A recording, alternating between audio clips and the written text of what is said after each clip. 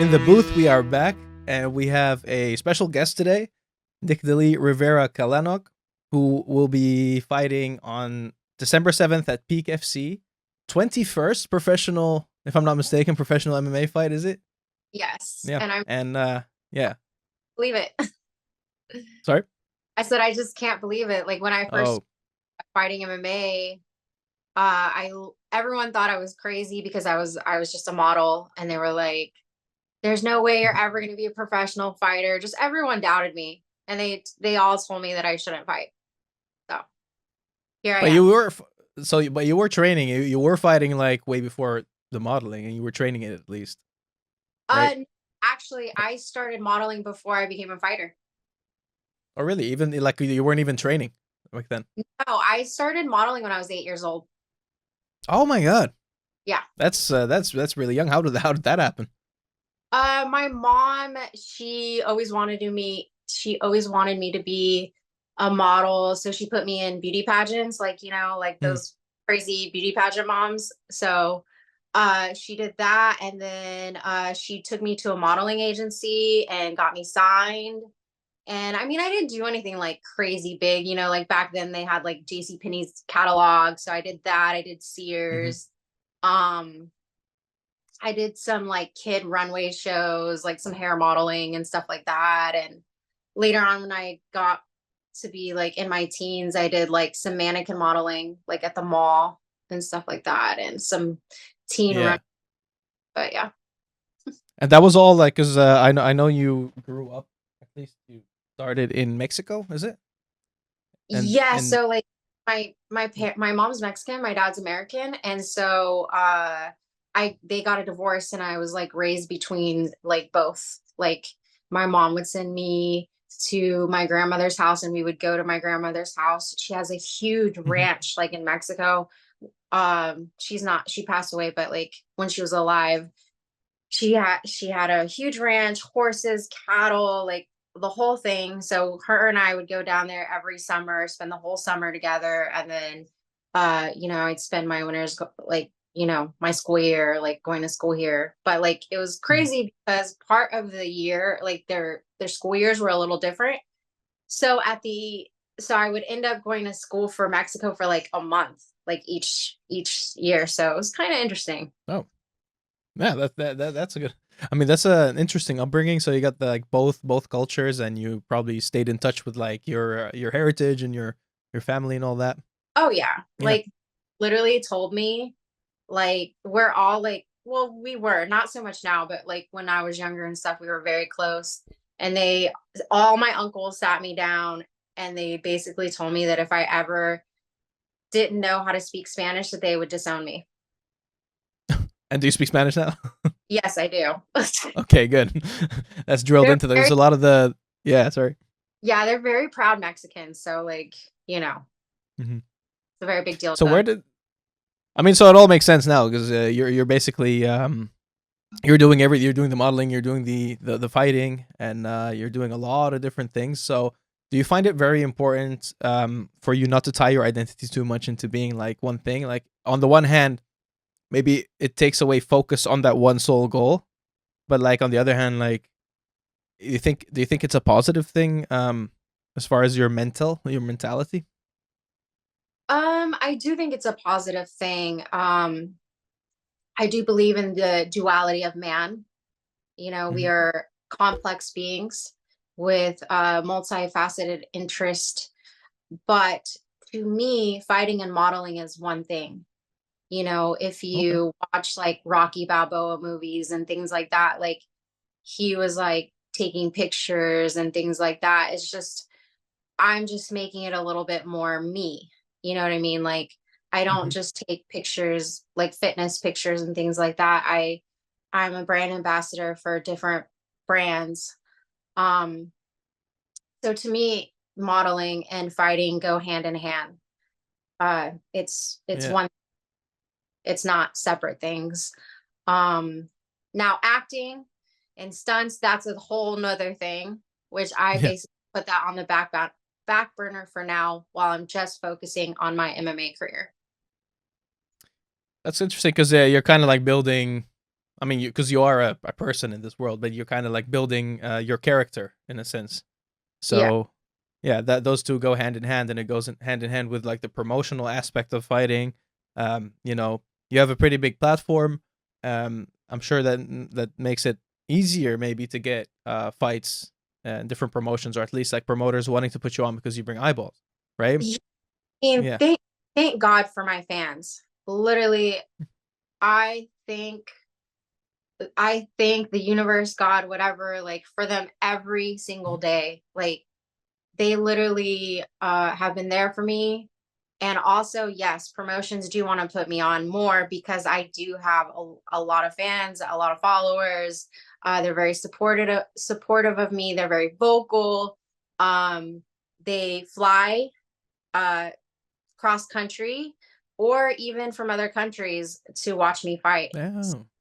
Um, that's what I always wanted beginning starting my fight career. I wanted people to really feel like inspired by me, motivated by me enough, and like, just have that connection with them where they like want to like do that for me, like come watch me fight live. Like there's Hmm. to me that's a dream come true.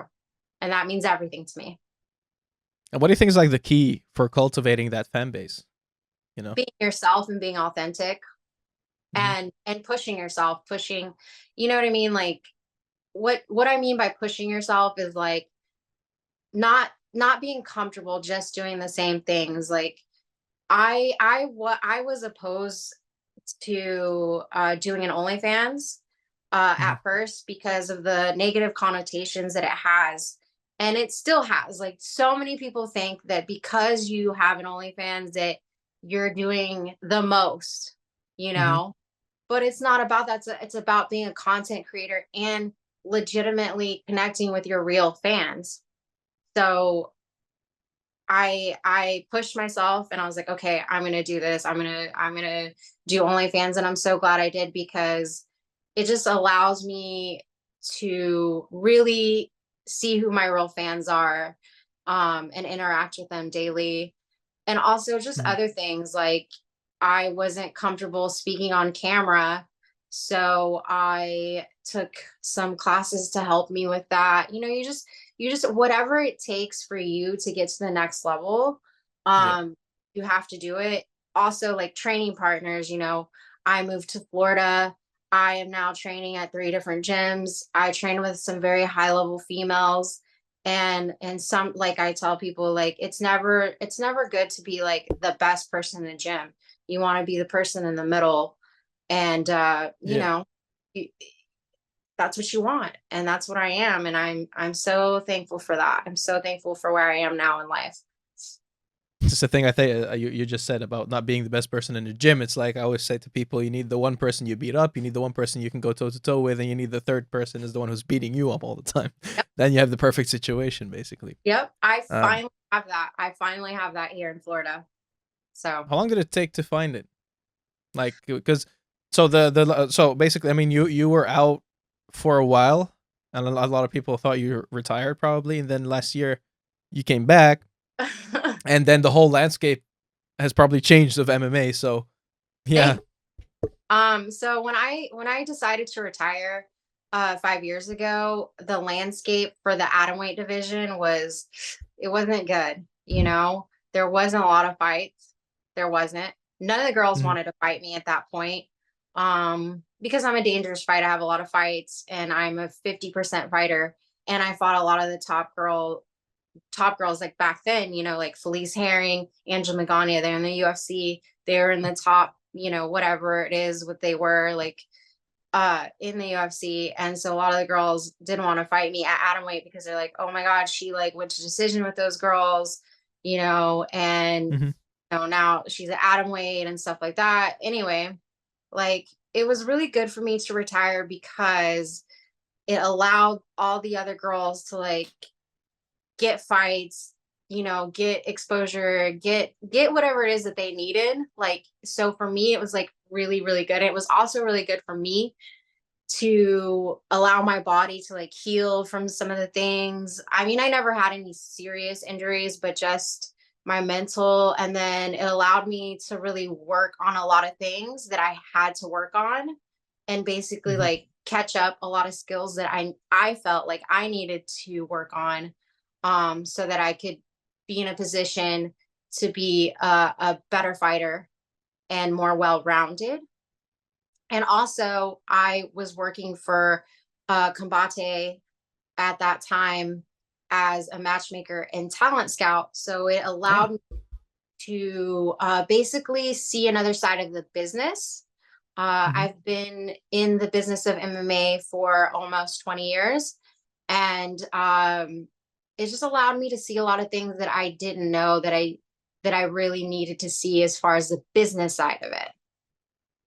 Yeah, which is the reason why a lot of fighters usually need managers, and you kind of like took that upon yourself, I guess. I Oh, mean, I oh, do. I know you have management, of course, I have a but great yeah. manager. I love Mhm. Sucker Punch Entertainment. They're great. They do a lot of great things for me, and I'm happy. But yeah, I really needed that. We'll just leave it at that. I don't want to elaborate too much. Yeah, yeah, yeah, yeah, and maybe part of it is like, those young up and coming girls. Maybe you're like laying low for a while, and you're like, let them forget about me for a second, and then suddenly you come back and then smash them. Maybe is that Exactly. a part of it? That is part I of mean, it. Yeah. you fought in like which so peak is how many promotions now? Which promotion would that be number wise I don't know. I that you haven't fought counted, for? but I fought for a lot. I fought for Yeah. uh, American Fighting Championship. Then it was FCF, and then I fought for Deep in Japan. Hmm. I fought the greatest atom weight of all time, Miku Masamoto, in my opinion.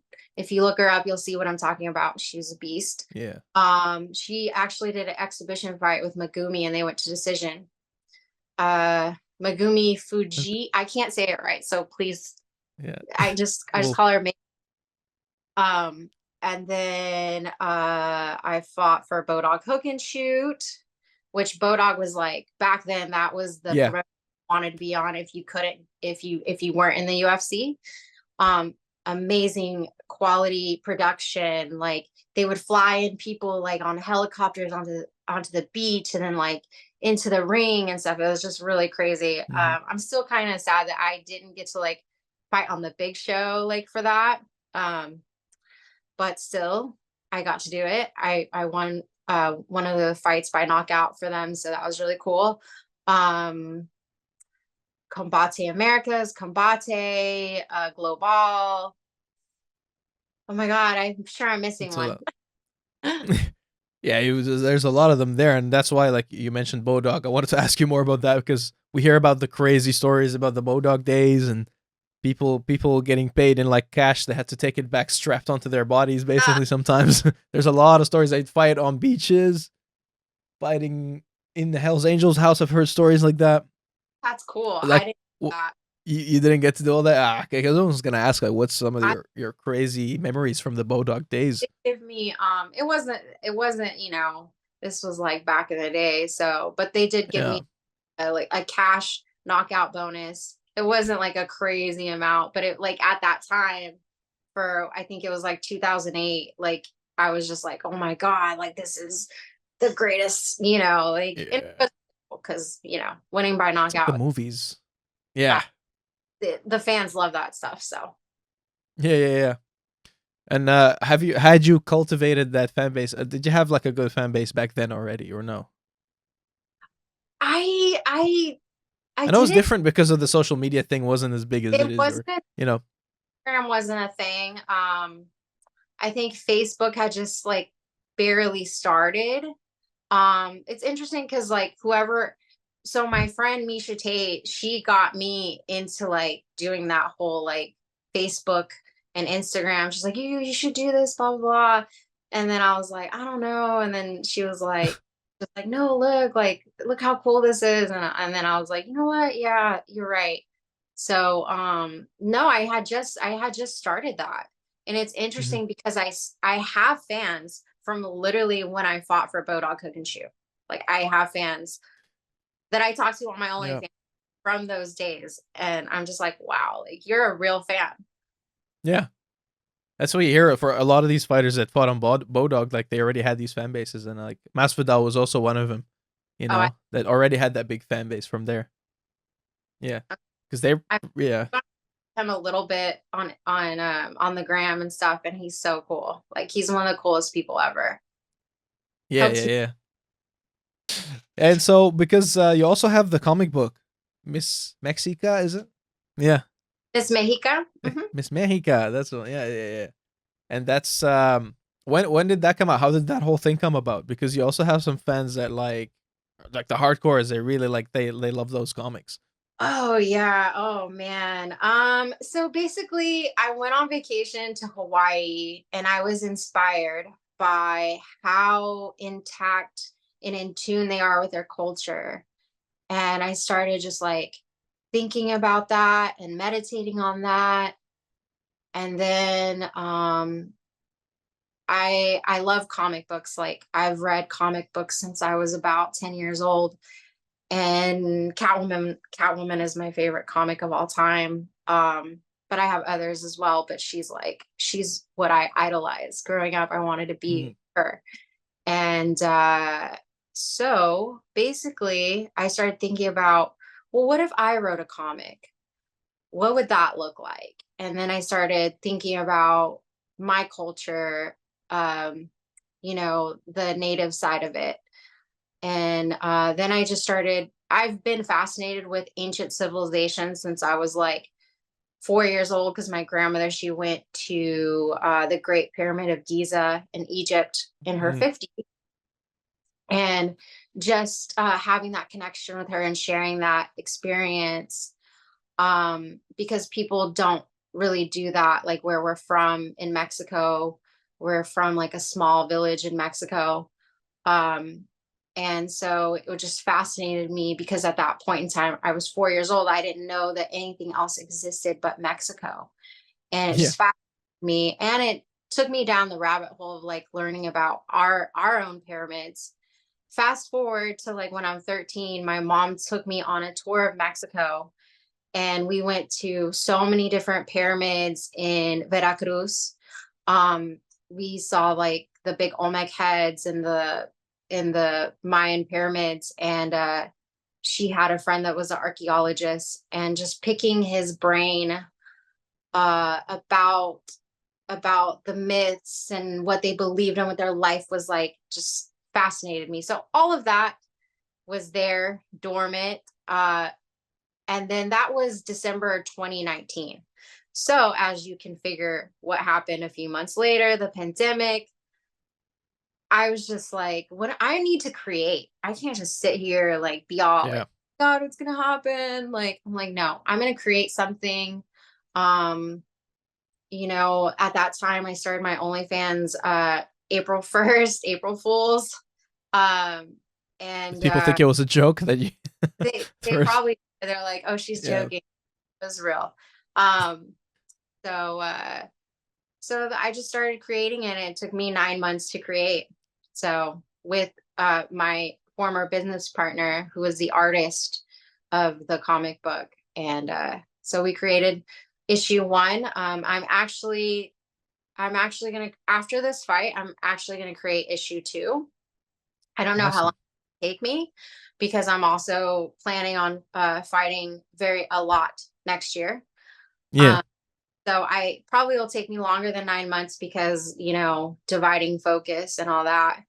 But I'm hoping that after this fight, I can take December and like obviously still train because MMA is like one of those things you always have to be training all the time. But just have some time to like write because it's there. Like I can feel it, hmm, like the story's there. I already have like all these ideas like written down that I want to like put in issue two. So I think that I can write it in a month, but then like, creating it with the artists is gonna take some time because you have to yeah. collaborate. I was wondering about that because I see a lot of questions about it. Like, you know, that's for the hardcores, and now that the fan base has grown, maybe like there's a lot of new fans that'll want to take it. There's a lot of new fans that want the original, which I'm going to put up again issue one for sale because I sold out issue one. So I consider that a success. Even though I Of only course. sold even though I only had 500 copies to sell, still Hmm. like that's 500 copies. Like wow, like you guys like wanted it, that much. Like wow. Yeah. So I'm gonna sell issue one again. It's gonna be for sale. I'm not sure when. Let me fight and then I'll figure that out for you guys. Sorry. Yeah, don't, yeah, stop distracting Nicdali. So but it's really cool that you know, like, sort of created, like, because you were a comic book fan and everything, and you sort of like created yourself as a hero. And is it kind of a matter of basically, if you want to be something, or you want to do something, just do it. You can create who you want to be in life. I mean, in general. I believe that. I Yeah. believe Yeah. 1000. I always tell people, it's like, you become, just become who you want to be, and until you become it, like, to yourself. Be that person, do everything that it takes to be that person, and then you'll become it eventually. Because people are like, I want to do this, I want to do that. How do I get in here? How do I do that? Yeah. It So takes yeah. it takes a multitude of things, but the biggest thing that I tell people that it takes is action. You have to take action Yeah. in this realm, this earth, whatever it is, these rules that we have to live by. What it takes is action. Yes, it Mhm. takes meditation, it takes planning, it takes all this, it takes all those other things that people talk about. But the biggest thing that it takes is you have to be a person of action. Yeah, exactly. And taking action is also when you were training in MMA, taking that first fight. Do you remember the day when you like decided to do this and take your first fight? First of all, actually, give me a background of like, how did you start training? Like, what did you start training in, and how did you start fighting? Whew. So I started training in high school. I was bullied Mhm. because I was goth. I played basketball, I ran track. So a lot of the girls on the team didn't like me because I got a lot of attention Mhm. because I was weird. And I would get like attention from boys back then, but it was just like it was weird because like high school boys are weird, like especially back Yeah. then they would like bully me. They would like punch me in the face Oh, or they boys would hit you? what? Boys would hit you? Yes. That's Punch crazy. I don't know. is Yeah. while I was in my locker, come up and like grab me.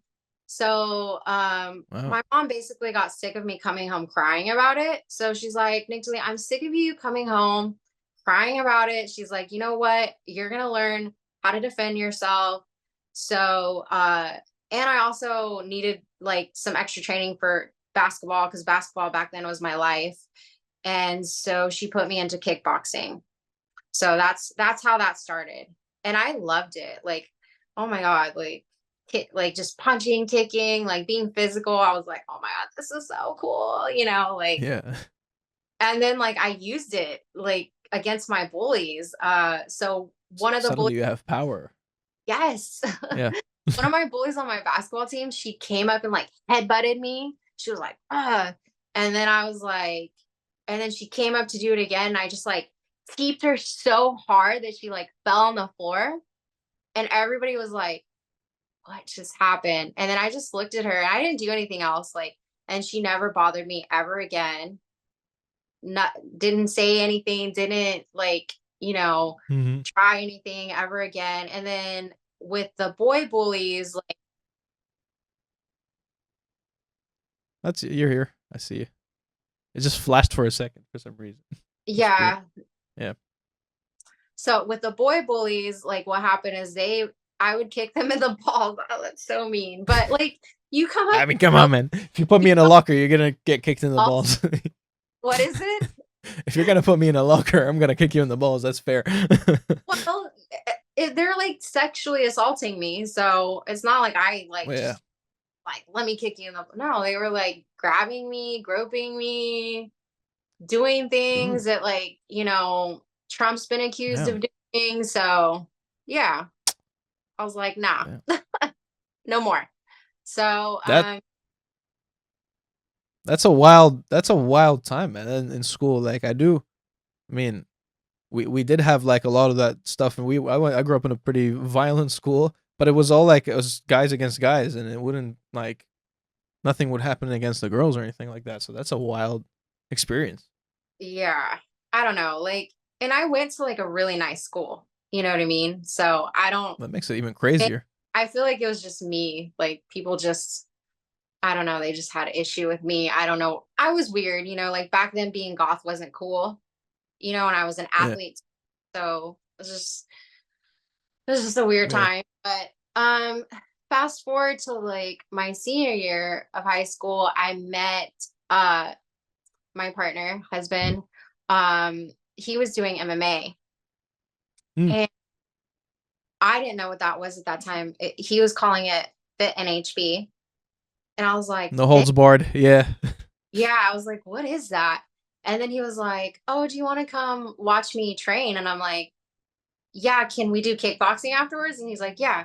And so I came in one day, like all like after basketball practice. And then the next day I came in at like after a modeling shoot.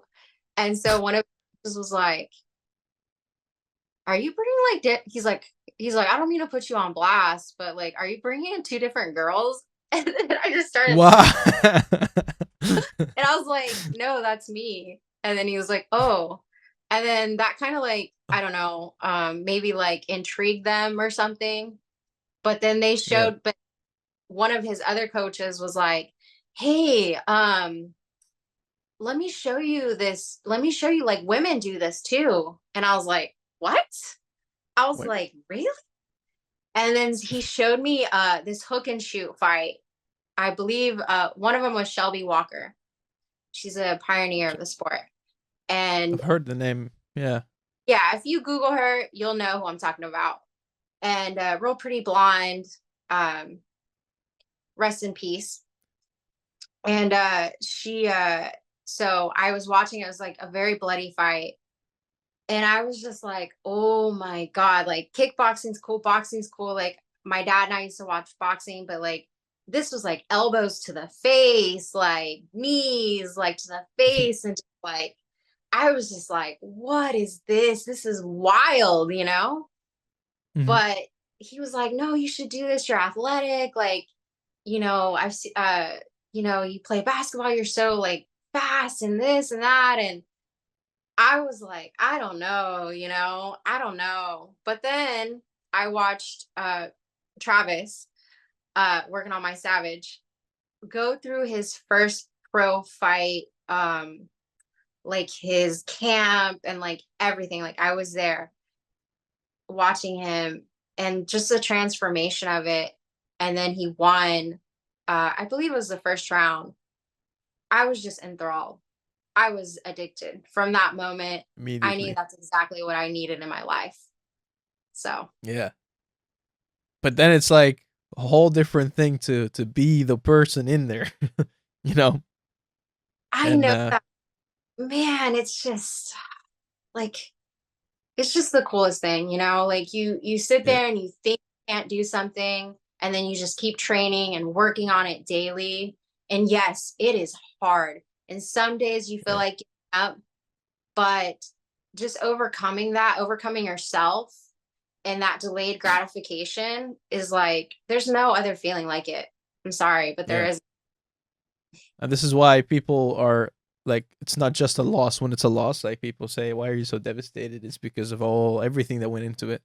And Exactly. then you fell short, so it feels like it was for nothing, Yeah, even though it wasn't for nothing, probably, but yeah, it still sets you back. So it's a crazy emotional feeling. it really is. Yeah, yeah. So back then, I mean, MMA was not really what it is, and Nope. what I like the biggest challenges that you had in MMA back then compared to now, because there's still challenges now, different challenges. Different challenges. Yeah. What are those? How is it different? How is it different? Oh, you want me to compare? So, Hmm. oh my goodness. So back then, it didn't matter if you had a social media following. that's I think one of the biggest challenges versus then versus now. Back then, it just mattered if you could fight well and fight good Yeah. and exciting for fans. Um, Now, if you have that, you can fight good, you can fight well. You have to have all these other things. You have to be really good at all these other things. You have to be good on camera. You have to be you have to have a good social media following. You have to put asses in seats. Hmm. So you basically have to be a modern day gladiator, whereas Yeah. back you could just be a good fighter. So it's just a lot more time goes into the other aspect of it, and it can be challenging because the market is so oversaturated. You know, Exactly. Exactly. that's interesting too. And I mean, as far as also you said like so because your OnlyFans is it's non pornographic, and I Well, think because a lot. Sorry. it is sexy. Yeah, no, but yeah, but I mean, like, yeah, it's it's not like the stereotype. So there's a lot of women where sometimes the OnlyFans like they don't intend it to be sexual. You know, Uh-huh. the stereotype of what it is, and then it ends up being a gateway, and they end up doing more and more and more. You know, because I don't know what, maybe you're addicted to the money that's coming in, and you want more and more and more. But you've always maintained it to be like what it is, and like being tastefully sexy, let's say. Yeah.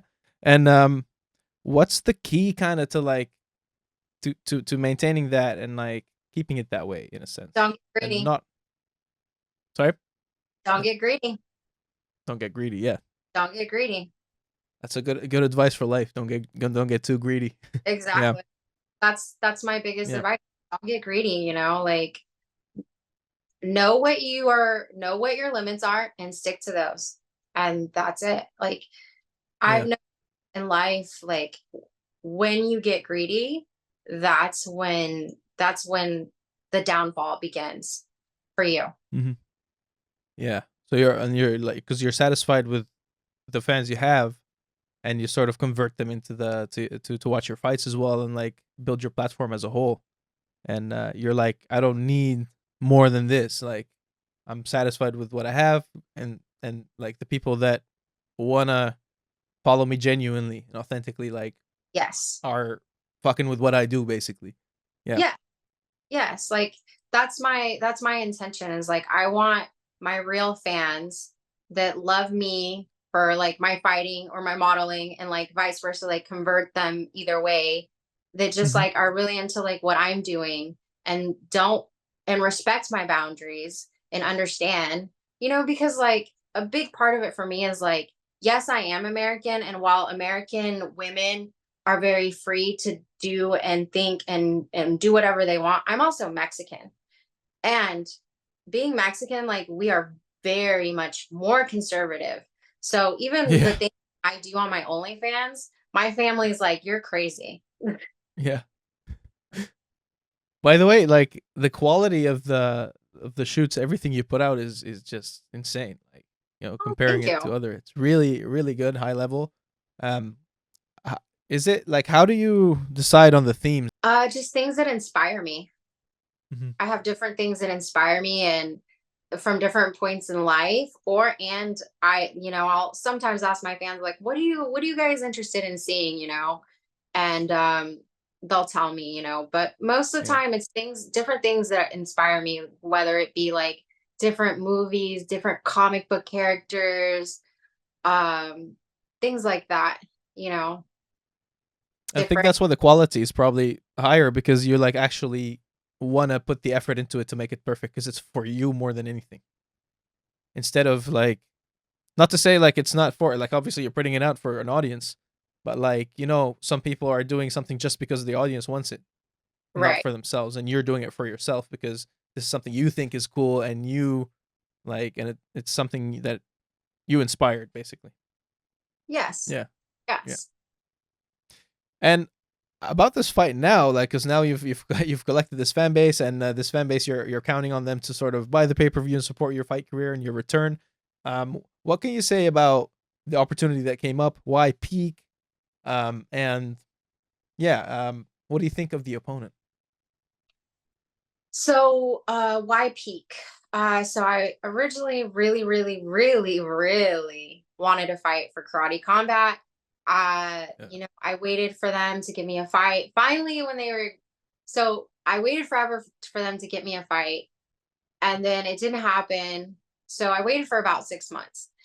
They kept telling me, "Yes, we're gonna put Yeah. you on the card. We're gonna put you on the card." And then I was like, "Oh my god, it's been 6 months. I've been training so hard. I need to figure something out." So basically, Peak reached out to me, and I had other promotions reach out to me as well, but they made me an offer for this fight to fight in Tulsa, Oklahoma, which is one of the places I grew up. And I was very intrigued by that because the last time I fought in Oklahoma, I had a very large fan base come and support me and buy tickets. And my last fight was for Combate, and they were in studio, so you were only allowed to have 10 fans. Yeah.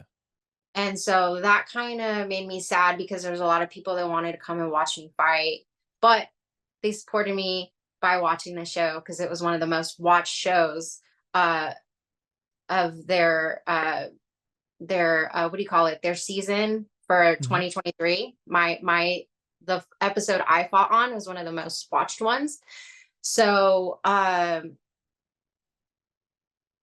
was just like, you know what? If I go back and take this fight in where I one of the places I grew up, where I have like where I started my fight career, I was like, what's that gonna look like? Like my fans are gonna be there. Oh my God, like after I fight, they're all gonna be there. I can like take pictures with them and see them in person and like just, and then like what is the fight gonna look like? So then he sent some different opponents to my management, and then we talked it over, and you know, Stephanie Skinner. There we go. What do I think about this opponent? I like that she comes forward. Because Comes she forward. just fought on Karate Combat as well, right? Yeah. Yeah. Isn't that nice? Yeah. Well, now you can fight your way into there. Yeah, so she comes forward. She's aggressive. She's primarily a striker, although she's a purple belt as well, like I am. So stylistically, I like that fight because she's more of a striker and things like that. She says that herself on her Instagram that she considers herself more of a striker. While she does have jujitsu, I mean, you're a purple belt, that's considered a professional level grappler. Hmm. So I just feel like that matchup stylistically for me will be exciting for the fans. Hmm. And also, I kind of know her personally, but that's kind of like a crazy side story that I don't want to get into right now. But No worries. I really feel so good about this fight. I've trained harder than I ever have. I mean, every fighter says that. This is the best camp Yeah. I've ever.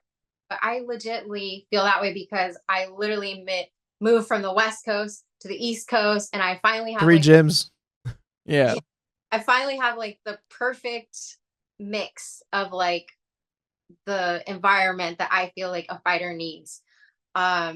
So I just I'm just so thankful. I'm so thankful she took the fight. A lot of girls still don't want to fight me, so I'm just like any opponent that takes the fight, I'm like, oh my God, thank you so much for like having the cajones to like step in there with. Yeah. So I'm treating her like she's like the best freaking fighter ever in the world, So I'm taking her very, very seriously. And I'm coming to fight and I'm coming to win. That's that's huge, and like obviously part of it I can tell the excitement is that you just want to show off everything that you've been doing. Finally, if everything is clicking, you're like, wow, what kind of version is going to show up now? Like if you already think you've hit a peak at some point, now you're going to hit another peak on peak FC and that's yeah, that is exciting.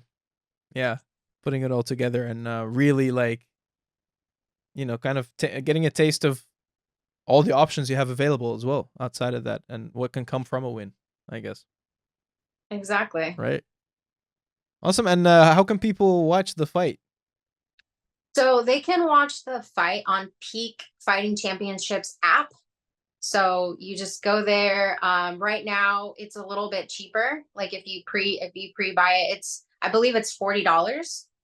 So not crazy expensive, but No, that's reasonable for yeah, yeah. pay-per-view. And they're gonna have bare knuckle, they're gonna have MMA glove Muay Thai as well on that card. Oh Um, man.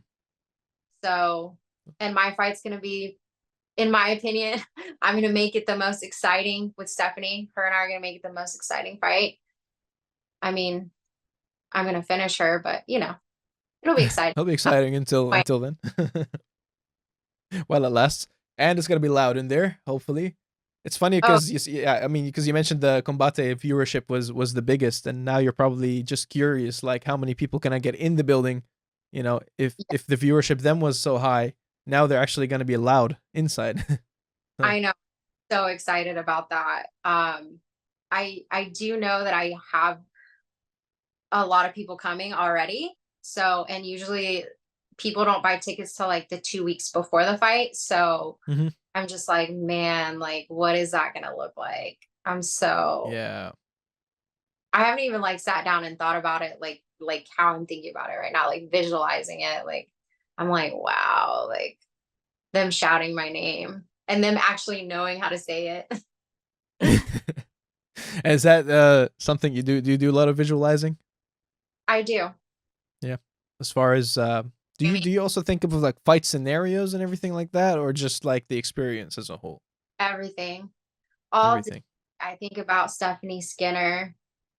I visualize me punching her in the face and kicking her and grappling her and wrestling her and everything that entails in MMA. I think about it. Every scenario you can think of, every day when I wake up before I go to sleep, every moment that I can, she's on my mind. There's only probably one person that thinks about her more than me, and that's her wife. That's a great line. I'm looking forward to it. You got me excited too. Good luck. Wishing you the best. And I'm gonna, take a couple of fan questions that I selected here, and then I can let you go. Thank you. Appreciate your time and doing this. I appreciate Okay, your. fan question. Thank you. Theo-P2K20. What was your favorite organization to fight for? Oh my God, that's a hard one. I would probably say Combate. Yeah, Yeah. because of the. Why is that? They treated me well. Um, they treated me well, and really loved um the fact that the fact that it's on in Mexico, Mm, where I have a lot of my fans now, and also, that's originally where I'm from. And so, and the fact that like it's Spanish and English, I really like that. But the biggest thing was they treated me very well. mm.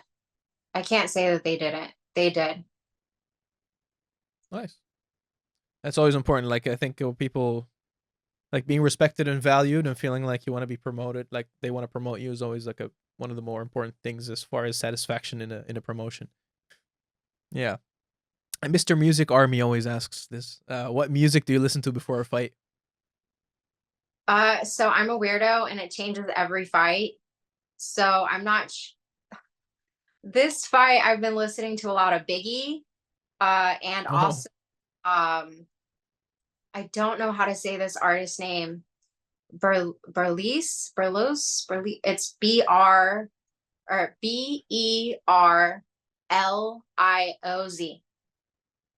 for Lowe's. Why do I not? Maybe I'll recognize the songs, but yeah. It's it's brand new, like it's literally Hmm. brand new. I think I gotta check he it out. yeah, check it out. It's jazz, but it's got like a twist. So Oh, awesome. Love that. I love jazz. Used to play jazz. me, Like, I love yeah. jazz myself. Um, Element Dash 2000. What's your favorite comic book character and why? One of the comic fans. Catwoman. And why? She's beautiful, she's dangerous. Um she has Bruce Wayne that loves her, you know, she has like a man that loves her. Everything. She has everything. Like, Got it all. yeah, and she's also like street smart and like, you know, she didn't have Hmm. anything handed to her. She like worked for everything that she had. So Oh, kind of like where someone you see yourself in.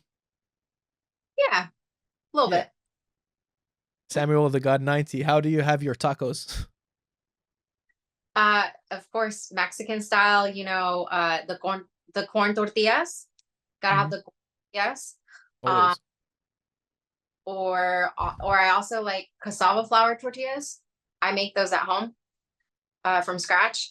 And Oh, then I either have like asada tacos or birria, um, which I also can make at home.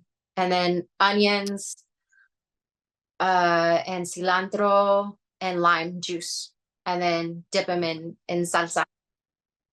I'm gonna make fish tacos tonight. By the way, that's.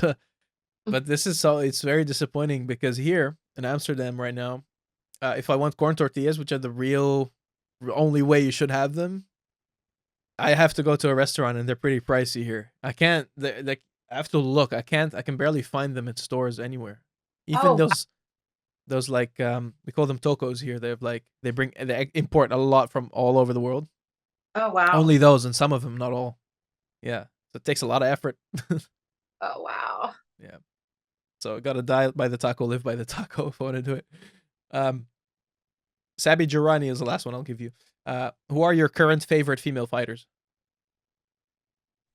Number one, Jillian Robertson. I love her. I love Gosh. her style. She's aggressive. She's well rounded. She's good on her feet. She's got wrestling. She's got jujitsu. She's got it all, and she's beautiful Mhm. outside of the cage. Yeah, she's awesome. In fact, like she just got a big win again, and she's an innovator too. She got Yes. Yeah. the 12 to 6 asshole elbows that she got. That's what I call them now. Change them. Okay. Oh, yeah. Sorry. You said Wait, are did the one or two? sorry? What is it? Say one or two female favorite Oh fighters. no, just who is your who? Oh no, it says who are your current favorite female fighters. Oh, So there could be more. okay. Oh, dang. Um, I can't think of anyone else right now. That's it. Like Jillian is the girl. It's also like fresh in your memory right now, probably. Yeah. I mean Yeah. there are others, but I just can't think of any right now. Like that's like, you know, there are so many others, but Well, I need you to support my friend this weekend on UFC 309, Veronica Hardy, oh, I love on a her too. great run right now. Yeah, I she's opening the card. So I'm just gonna give a shout out here, and she can count on our support. she's Looks amazing. like. She's amazing. Yeah. She's talented. Love her. Super well rounded. Love her striking too. Yeah, definitely. And I meant like recently I was at the was shooting some content. I mean, we're always like whenever I go to a PFL Europe events, Bellator here in Europe, like we're around, we hang out, and like I was shooting some content with some rolls with some of the fighters there, and she was rolling with someone. I'm like, the jiu-jitsu is looking next level nowadays. And then I asked the guy who was a media guy who's a black belt as well, and he rolled with her as well, and he said like you can tell the difference between the people he was rolling with, even the high level fighters he was rolling with, and a UFC level fighter in her. And for her to come from striking and be like this now, it's impressive. So I'm looking Super. forward to it. Oh And then we'll yeah. have a victory meal in December. Cool. Well, Nicdali, thank you so much. Well, I'm looking forward to the fight. You got me hyped. I'm happy that people get to know you, get to know all the sides of you, because you are multifaceted. And yeah, all the best. Thank you so much, Nick.